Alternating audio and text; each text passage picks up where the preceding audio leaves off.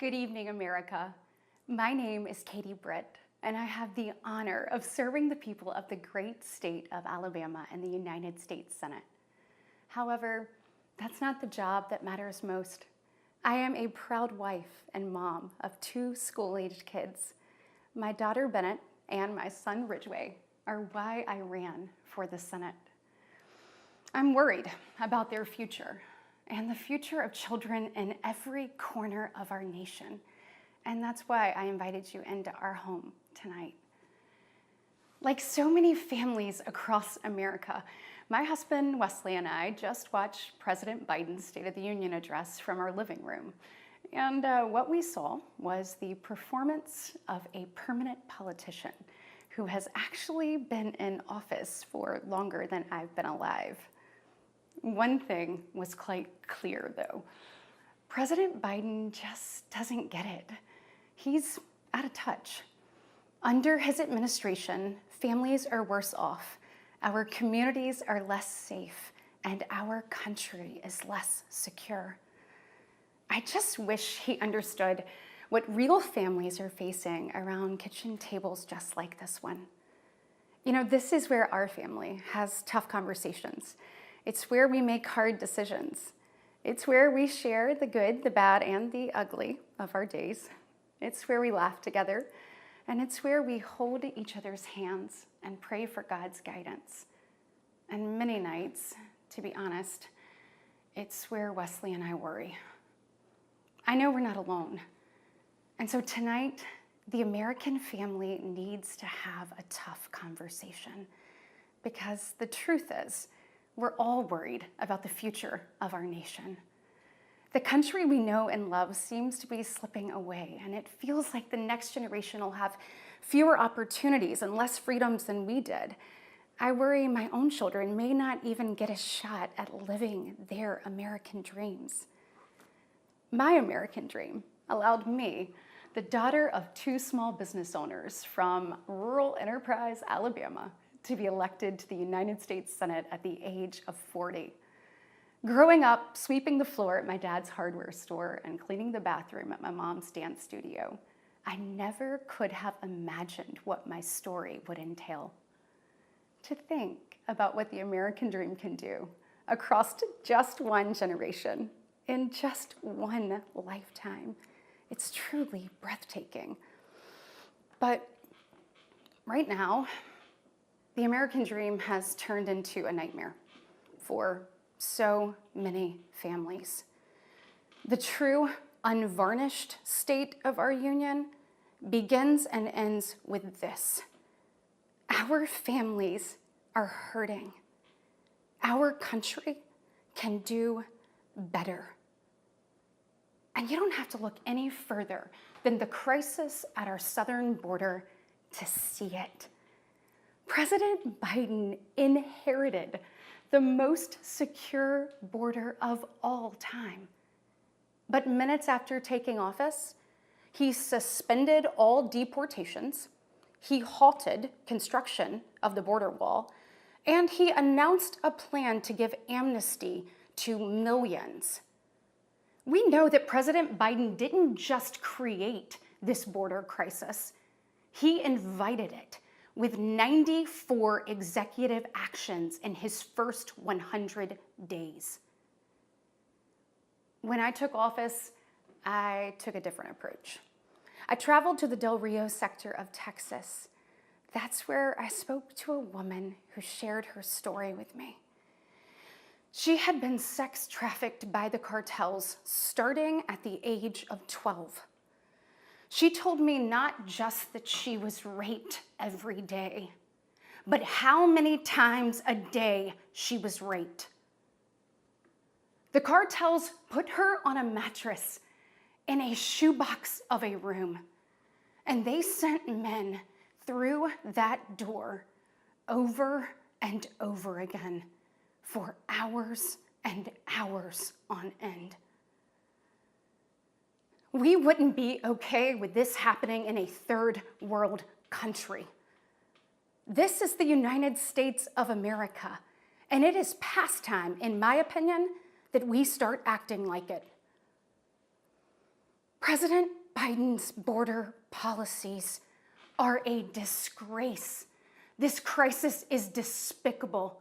And the truth is, it is almost entirely preventable. From fentanyl poisonings to horrific murders, there are empty chairs tonight at kitchen tables just like this one because of President Biden's senseless border policies. Just think about Laken Riley. In my neighboring state of Georgia, this beautiful 22-year-old nursing student went out on a jog one morning, but she never got the opportunity to return home. She was brutally murdered by one of the millions of illegal border crossers President Biden chose to release into our homeland. Y'all, as a mom, I can't quit thinking about this. I mean, this could have been my daughter. This could have been yours. And tonight, President Biden finally said her name. But he refused to take responsibility for his own actions. Mr. President, enough is enough. Innocent Americans are dying, and you only have yourself to blame. Fulfill your oath of office. Reverse your policies. End this crisis and stop the suffering. Sadly, we know that President Biden's failures don't stop there. His reckless spending dug our economy into a hole and sent the cost of living through the roof. We have the worst inflation in 40 years and the highest credit card debt in our nation's history. Let that sink in. Hardworking families are struggling to make ends meet today, and with soaring mortgage rates and sky-high childcare costs, they're also struggling to how to plan for tomorrow. The American people are scraping by while President Biden proudly proclaims that Bidenomics is working. Goodness, y'all, bless his heart, we know better. I'll never forget stopping at a gas station in Chilton County one evening. The gentleman working the counter told me that after retiring, he had to pick up a job in his 70s so that he didn't have to choose between going hungry or going without his medication. He said, I did everything right. I did everything I was told to do. I worked hard, I saved, I was responsible. He's not alone. I hear similar concerns from fellow parents, whether I am walking with my friends or whether I'm at my kids' games. But let's be honest, it's been a minute since Joe Biden pumped gas, ran a carpool, or even pushed a grocery cart. Meanwhile, the rest of us see our dollar and we know it doesn't go as far. We see it every day. And despite what he tells you, our communities are not safer. For years, the left has coddled criminals and defunded the police, all while letting repeat offenders walk free.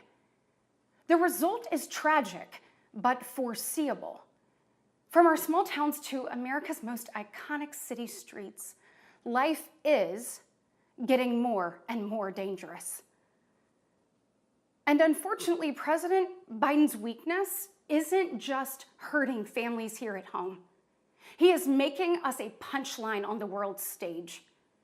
Look, where I'm from, your word is your bond. But for 3 years, the president has demonstrated that America's word doesn't mean what it used to. From abandoning our allies in his disastrous withdrawal from Afghanistan to desperately pushing another dangerous deal with Iran. President Biden has failed. We've become a nation in retreat, and the enemies of freedom, they see an opportunity. Putin's brutal aggression in Europe has put our allies on the brink. Iran's terrorist proxies have slaughtered Israeli, Jews, and American citizens. They've targeted commercial shipping, and they've attacked our troops nearly 200 times since October, killing 3 U.S. soldiers and 2 Navy SEALs. Meanwhile, the Chinese Communist Party is undercutting America's workers. China is buying up our farmland, spying on our military installations, and spreading propaganda through the likes of TikTok. You see, the CCP knows that if it conquers the minds of our next generation, it conquers America. And what does President Biden do? Well, he bans TikTok for government employees, but creates an account for his own campaign. Y'all, you can't make this stuff up. Look, we all recall when presidents faced national security threats with strength and resolve. That seems like ancient history. Right now, our commander-in-chief is not in command. The free world deserves better than a dithering and diminished leader. America deserves leaders who recognize that secure borders, stable prices, safe streets, and a strong defense are actually the cornerstones of a great nation. Just ask yourself, are you better off now than you were 3 years ago? There's no doubt we're at a crossroads, and it doesn't have to be this way. We all feel it. But here's the good news. We, the people, are still in the driver's seat. We get to decide whether our future will grow brighter or whether we'll settle for an America in decline. Well, I know which choice our children deserve, and I know the choice the Republican Party is fighting for. We are the party of hard-working parents and families, and we want to give you and your children the opportunities to thrive. And we want families to grow. It's why we strongly support continued nationwide access to in vitro fertilization. We want to help loving moms and dads bring precious life into this world. Wesley and I believe there is no greater blessing in life than our children. And that's why tonight, I want to make a direct appeal to the parents out there, and in particular to my fellow moms, many of whom I know will be up tossing and turning at 2 a.m., wondering how you're going to be in 3 places at once and then somehow still get dinner on the table. First of all, we see you, we hear you, and we stand with you. I know you're frustrated. I know you're probably disgusted by most of what you see going on in Washington, and I'll be really honest with you, you're not wrong for feeling that way. Look, I get it. The task in front of us isn't an easy one, but I can promise you one thing. It is worth it. So I am asking you, for the sake of your kids and your grandkids, get into the arena. Every generation has been called to do hard things. American greatness rests in the fact that we always answer that call. It's who we are. Never forget, we are steeped in the blood of patriots who overthrew the most powerful empire in the world. We walk in the footsteps of pioneers who tamed the wild. We now carry forward the same flame of freedom as the liberators of an oppressed Europe. We continue to draw courage from those who bent the moral arc of the universe. And when we gaze upon the heavens, never forget that our DNA contains the same ingenuity that put man on the moon. America has been tested before, and every single time we've emerged unbowed and unbroken. Our history has been written with the grit of men and women who got knocked down. But we know their stories because they did not stay down. We are here because they stood back up. So now it's our turn, our moment to stand up and prove ourselves worthy of protecting the American dream. Together, we can reawaken the heroic spirit of a great nation. Because America, we don't just have a rendezvous with destiny. We take destiny's hand and we lead it. Our future starts around kitchen tables just like this, with moms and dads just like you. And you are why I believe with every fiber of my being that despite the current state of our union, our best days are still ahead. May God bless you, and may God continue to bless these United States of America.